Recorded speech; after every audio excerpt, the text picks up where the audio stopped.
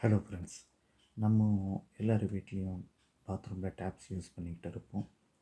இப்போ டேப்ஸை பற்றி பார்த்திங்கன்னா 2 வகையில் இருக்கும். அதாவது பிவிசி டேப்ஸ் அப்புறம் சிபி ஃபிட்டிங்ஸ்னு இருக்கும். பிவிசி டேப்ஸ் எனப்படுவது என்னென்னா நார்மலாக உங்களுக்கு பிளாஸ்டிக் டேப். சிபி ஃபிட்டிங்ஸ்ன்றது என்னங்கன்னா உங்களுக்கு பிராஸ் டேப் கிடைக்குங்க. பிராஸ் டேப்பில் சிபி அதாவது குரோம் பிளேட்டிங் பண்ணி இருக்கும். நீங்கள் கடைங்களெல்லாம் பார்த்துருப்பீங்க. இதில் பிவிசி டேப்ஸில் வந்து பார்த்திங்கன்னா நிறைய வேரியன்ட்ஸ் இருக்குது. அதாவது பிடிஎம்டி, ஏபிஎஸ் அப்புறம் நார்மல் பிளாஸ்டிக் பிவிசி இருக்குதுங்க. இந்த பிடிஎம்டி, ஏபிஎஸ் இதெல்லாம் என்னங்கன்னா அந்த பிளாஸ்டிக் டேப் பிவிசியில் சில வகையான கெமிக்கல் காம்போனன்ட்ஸ் ஆட் பண்ணி அது நல்ல தரமானதாக மாற்றி அது ஒரு கொஞ்சம் லாங் லாஸ்டிங்காக இருக்கிறதுக்கான சில வகையான கெமிக்கல் கூர்ஸை அதில் சேர்ப்பாங்க. இதில் உங்களுக்கு பிவிசி டேப்ஸோட அட்வான்டேஜஸ் என்னென்னு எடுத்துக்கிட்டிங்கன்னா நீங்கள் அது திருட்டு போகாது. ஏன்னா அது ஏற்கனவே ரொம்ப சீப்பான டேப்புன்றனால நீங்கள் எங்கே வீட்டுக்கு வெளியில் வாசலில் மாட்டினாலும் அதை யாரும் திருட மாட்டாங்க.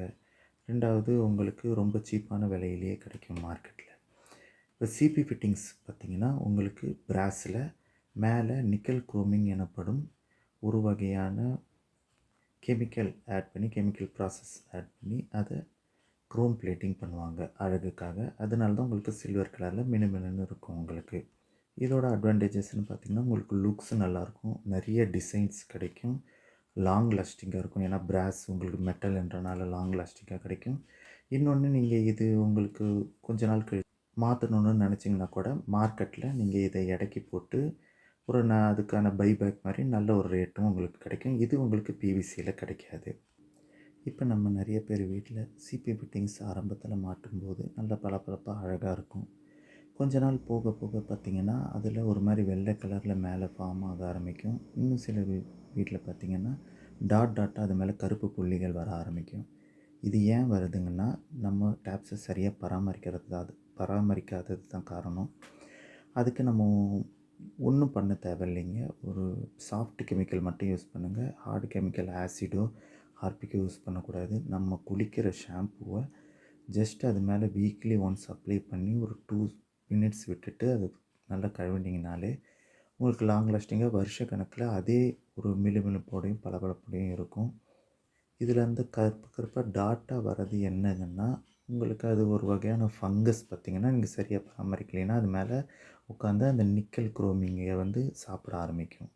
அப்போது உங்களுக்கு அந்த மேலே இருக்கிற நிக்கல் குரோமிங்கெல்லாம் அரிக்க ஆரம்பிச்சிடும். அதுக்கப்புறம் நீங்கள் இது மாதிரி கழுவ ட்ரை பண்ணாலும் உள்ளே இருக்க பிராஸ் தான் வெளியில் தெரியும். உங்களுக்கு அந்த மிளுமிளுப்பு கிடைக்காது. அதனால் நீங்கள் ஜஸ்ட் ஒரு 1 வீக் ஒன்ஸ் நீங்கள் குளிக்கிற ஷாம்பு யூஸ் பண்ணி வாஷ் பண்ணிங்கனாலே போதும். அது அதே மிளுமிளுப்போடு நல்லாயிருக்கும்.